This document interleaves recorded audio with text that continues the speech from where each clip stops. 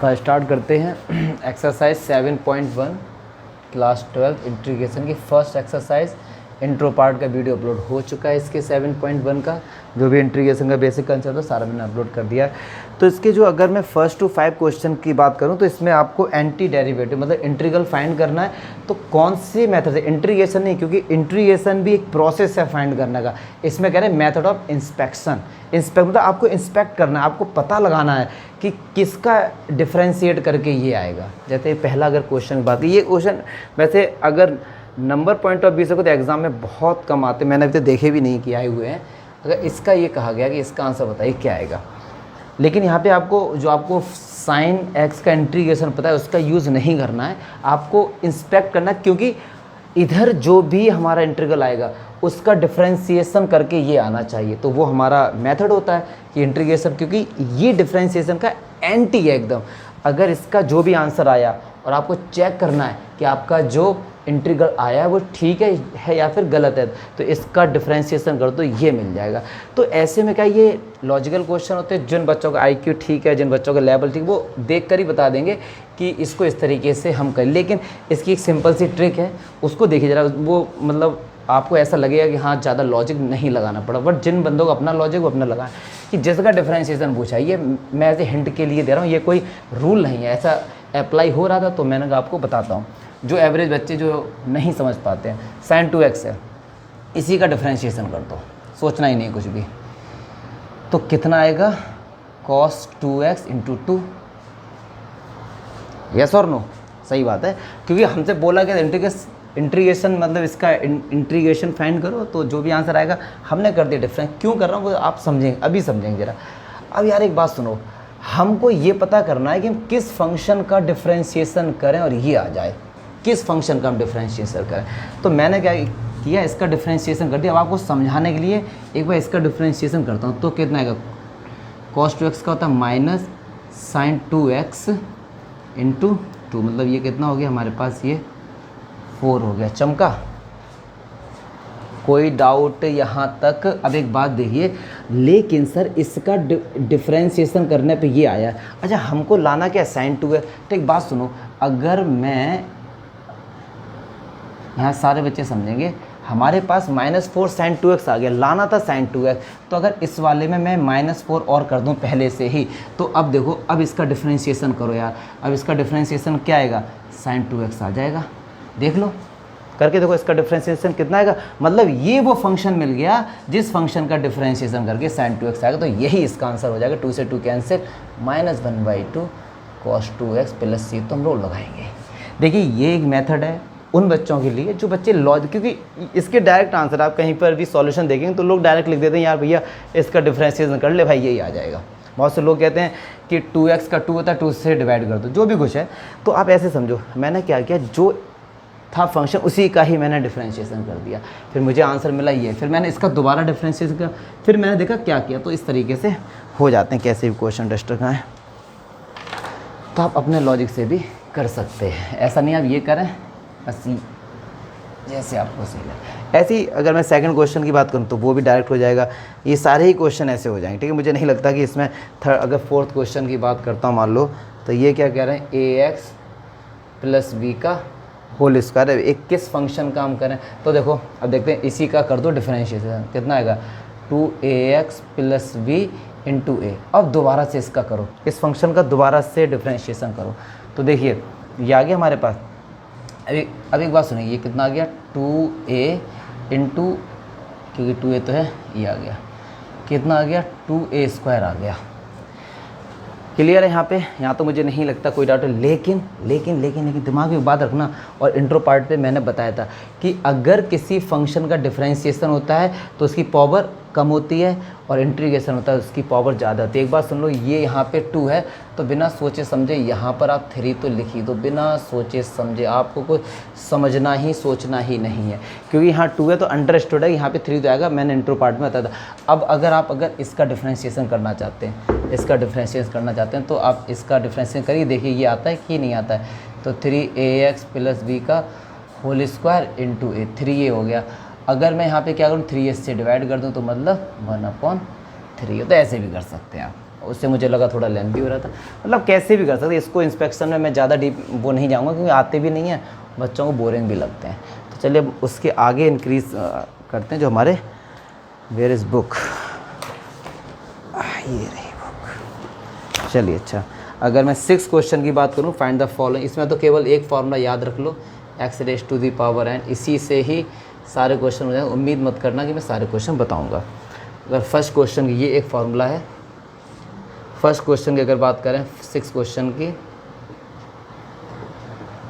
तो देखिए अच्छा ये हो गया। अब इसे अलग अलग लिख सकते हैं, 4e raise to the power 3x dx। क्योंकि अलग अलग इसलिए लिख सकते हैं क्योंकि इंटीग्रेशन और डिफरेंशिएशन में लीनियरिटी वर्क करती है, मतलब एक लाइन में उनको अलग अलग कर सकते हैं प्लस माइनस के केस में। तो 4 तो आगे आ जाएगा, e की पावर 3x dx, हाँ, प्लस 1 dx। अच्छा वैसे अब देखिए कि हमको पता है 4e की पावर x का होता है e की पावर x, और देखिए इसका 3 का डिवाइड हो जाएगा। क्यों हो जाएगा ये इन्होंने इसमें क्वेश्चन दिया है, बट ये क्वेश्चन 7.2 में हम लोग करेंगे जिसमें सब्सटीट्यूशन वाले क्वेश्चन होते हैं। इसको 3x को हमने लेड किया, फिर 3 का डिवाइड किया। अगर डिफरेंशिएशन होता तो मल्टीप्लाई में 3 आता है, और अंडरस्टूड है उसका एंटी है तो इसका डिवाइड में ही आएगा। ठीक है, लेड करके आपको 7.2 में बताएंगे। 1 तो ये x हो गया प्लस c, 1 का x क्योंकि कांस्टेंट है x के रेस्पेक्ट में, तो x अगर y होता तो यहाँ पे क्या आता, y आ जाता। सेम इसी तरीके से 7 भी हमारा x स्क्वायर 1 माइनस, सभी में यही वाला फॉर्मूला लग जाएगा। अंदर यार मल्टीप्लाई कर दो तो -1 हो जाएगा dx, तो x क्यूब, इसका क्या हो जाएगा x cube upon this minus x plus c। यही वाला फार्मूला आप लगाते जाइए, एंजॉय करते जाइए। e की पावर x है, e की पावर x होता है। अब अगर मैं बात करता हूँ 11th क्वेश्चन की, सब एक जैसे ही हैं, x raise to the power 3 plus 5x square minus 4 upon x square. तो कुछ नहीं, इसका अलग अलग डिवाइड कर दिया, it will be x, it will be 5, it will minus 4x square. तो यार x होगा, तो x का क्या हो जाएगा, x स्क्वायर अपॉन 5 का 5x। अब इसका देखिए क्या होगा, ये x raise to the power -2 ऊपर जाएगा, तो x raise to the power -2 plus 1 upon -2 plus 1। ठीक है, तो इस तरीके से ये सिंपल क्वेश्चन है। 13 क्वेश्चन की अगर मैं बात करता हूँ, अब ये देखो 12 क्वेश्चन में रूट x है, तो देखिए x raise to the power 3 plus 3x plus 4 upon root x है। तो यार रूट x को x raise to the power 1/2, और हर किसी अलग अलग 12th क्लास में हो पावर अलग डिवाइड में माइनस कर सकते हैं। 13 क्वेश्चन की अगर मैं हिंट दे रहा हूँ केवल, 13 क्वेश्चन की बात करता हूँ, इसमें ये क्यूबिक पॉलिनोमियल है, इसका आप लोग फैक्टर कर लेना, कहीं ना कहीं x-1 जरूर आएगा, उसे डिवाइड कर देना और इंटीग्रेट कर देना इसको। 14 में भी ऐसा ही, रूट x को x की पावर, जहाँ कहीं भी रूट x दिखे x raise to the power 1/2 लिख लीजिए। तो मुझे लगता है बताने लगा 18th क्वेश्चन है जो मुझे लग रहा है कि मुझको बताना चाहिए। 18th,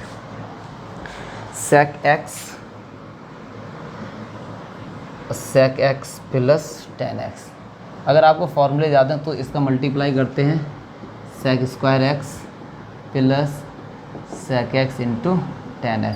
तो यार ये बताओ sec x का क्या इंटीग्रेशन होता है, 10x होता है कि नहीं होता है? आपको देखो, आपको फॉर्मूले याद होने चाहिए। अगर जैसे कन्फ्यूज़न हो रही है तो हमको पता है डिफरेंशिएशन क्या होता है, 10x का sec स्क्वायर x होता है, तो sec स्क्वायर x का क्या हो जाएगा, 10x हो जाएगा, और ये हो जाएगा sec x into sec into 10x का क्या होता है, sec x plus c। Clear है? ठीक है, ऐसे ही 19th क्वेश्चन देखते हैं। 19th क्वेश्चन देखते हैं, तब तक मैं ये हटा देता हूँ आपको। ठीक है, क्वेश्चन नंबर 19 देखते हैं। ये कह रहे हैं कि sec square x upon cosec square x। तो देखिए सर, इसमें क्वेश्चन रूल तो अप्लाई कर नहीं सकते हैं क्योंकि ये मैंने इंट्रो पार्ट में बताया था। तो अब देखो, sec स्क्वायर x को लिख सकते हैं 1 upon cos square x, cosec square x को लिख सकते हैं 1 upon sin square, it will goes here and here, तो sin square x upon cos square है tan स्क्वायर x। अब देखिए tan स्क्वायर x का कोई इंटीग्रेशन होता ही नहीं है अभी तक, तो आगे हम लोग पढ़ेंगे तब देखेंगे। अभी फ़िलहाल हमको sec स्क्वायर x का तो पता है, tan x होता है। तो हमको एक बात पता है क्या, कि sec square x equal to 1 plus tan square x, class 10 में अच्छे से पढ़ा था। तो ये माइनस हो जाएगा, तो tan स्क्वायर x की जगह हम क्या लिख सकते हैं, sec स्क्वायर x माइनस 1। तो देखिए सर, sec x का हो गया 10x माइनस x का क्या हो गया, 1 का क्या हो गया, x प्लस। क्लियर है? मुझे नहीं लगता कि इसमें आपको कोई डाउट होना होगा। चलिए क्वेश्चन नंबर 20। 20 भी ऐसा ही है, 2 minus 3 sine x upon cos square x D x. चलिए अलग अलग डिवाइड करते हैं। 2 upon cos square x minus, अधिक कॉस स्क्वायर को एक बार साइन के साथ लेंगे और एक बार अलग लिख लेंगे। अब तो ये क्या हो गया, 2 sec square x minus 3 tan x into sec x. तो बस ये किसका हो गया, टेन एक्स का इंटीग्रेशन हो गया, माइनस ये किसका हो गया, सेक एक्स का प्लस सी। तो ये सब put the value get the answer. अभी तो इंटीग्रेशन का बहुत ही सिंपल पोर्शन है, इसीलिए आपको इंटरेस्ट भी आ रहा होगा और काफ़ी सिंपल भी लग रहे होंगे। 21 बकवास क्वेश्चन है, केवल एंटी रूट एक्स का पता है क्या, 1/रूट x raise to the power minus 1/2 को ऊपर ले आना, माइनस हो जाएगा। 22 अच्छा क्वेश्चन, ऑब्जेक्टिव कह रहे हैं इफ़ डी, ये एग्जाम्पल 4 की तरह ही है, इसीलिए मैंने इसका एग्जाम्पल सॉल्व नहीं कराएंगे, सब एक्सरसाइज की तरह ही। ये गिवन है, इतना कह रहे हैं, फिर f2 0 है, तो बताइए fx क्या होगा। चलिए ये अच्छा क्वेश्चन है।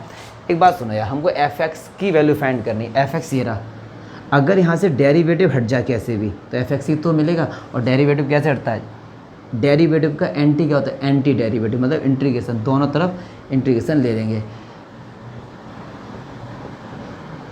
इधर भी आ जाएगा। तो बस आंसर आ गया। ये क्या बचा, fx, और ये हुआ 4x raise to the power 4/4, because x raise to the power n क्या होता है, लिखा था अभी फॉर्मूला ना, 3 + 1 अपॉन 3 + 1 माइनस। अब देखिए ये 3x raise to the power 4 ऊपर जाएगा तो किसका हो जाएगा, माइनस का, तो ये होगा x की पावर -4 + 1 और -4 + 1 प्लस का c। चलिए अच्छा, तो ये 4 से 4 कैंसिल आउट हो गया sir, x raise to the power 4 minus minus plus 3x raise to the power -3 upon minus का 3 था तो माइनस माइनस प्लस हो गया, 3 से 3 कैंसिल हो गया, प्लस का c।